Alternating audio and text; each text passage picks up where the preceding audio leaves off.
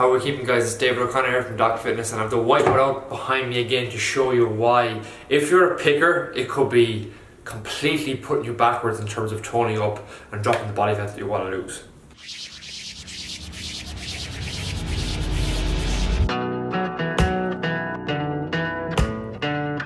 So there's a couple of things I want to get through with this video, and it's just to show you kind of stuff that you mightn't think makes a difference, makes a huge difference at the end of the day. So first of all, a very, very good player for dropping body fat, for toning up, for losing the weight, whatever way you want to look at things, whether that's losing the belly, losing the stone, dropping the dress size, whatever it is. If you have a certain meal structure that you stick to daily, it's very, very easy to tweak off that. Like if you're somebody who eats 3 set meals, 4 set meals, 5 set meals, you simply can manipulate the food intake up or down, or kind of take a close look at the protein, carbs and fats within that meal to make it better for you.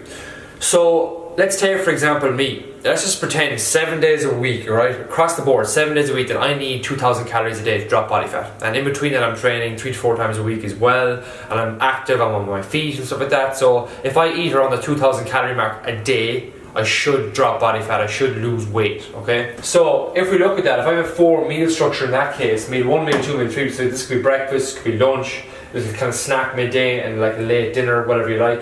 Let's just pretend if I had that structure throughout the day. Now when you look at that, let's say protein powder and porridge, which if you haven't tried is absolutely gorgeous, and berries, chicken mix salad and an apple for lunch, for example. And again, like, that doesn't have to be a boring salad, that could be nice the way spiced up where you like. A fulfilled nutrition bar, for example, here, now look, that could be a Mars bar if you wanted to. I'm not saying you have to be perfectly 100% healthy food in the day or anything like that, or like, let's say higher protein or healthier type foods or bars for that example. That's not the point here. But again, meal 4, lean mince chili con carne. And when you add up those calories, just say hypothetically speaking that breakfast I took in 500, lunch took in 500, the bar was 200, and then dinner was 750. It's around the 2,000 calorie mark at the end of that day. It's 1950 in this case. Now where does Pickin come into play? If I'm somebody that does have that meal structure generally, even if I don't know that I kind of have a 4 meal a day or kind of, let's say, routine, if I start picking in between those, I'm going to be bumping up calories without even knowing it. So let's take, for example, nuts as a big one, because people think nuts are the best thing in the world for fat loss because they're healthy. Don't get me wrong, they are, but they're also very, very, very dense in calories. So let's say you're in work, and even if it's someone's birthday or something like that, if you don't factor it into your day, you can mindlessly blow the lid on it.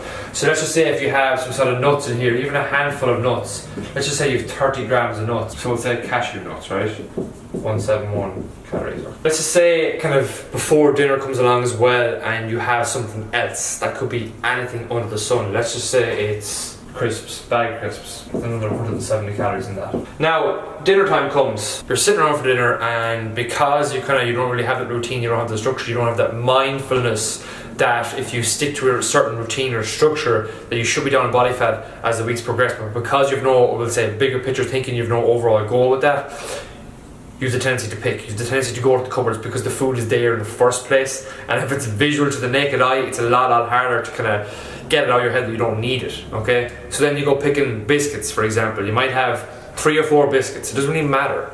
And this is the kind of part with knowing what's in certain foods too. If you have 3 or 4 biscuits, first of all, you're not even going to know you ate them because they do nothing for your hunger levels, but you could have easily knocked back, it depends on the biscuit, anywhere from 4 biscuits you could have knocked back from 200 calories to 400 calories. So let's just put that in the middle. So it's a biscuit. You've knocked back another 300. So when you add that up, you're after adding those 3 extras, you're after adding plus 611 there, without probably even noticing that and how easy it was done.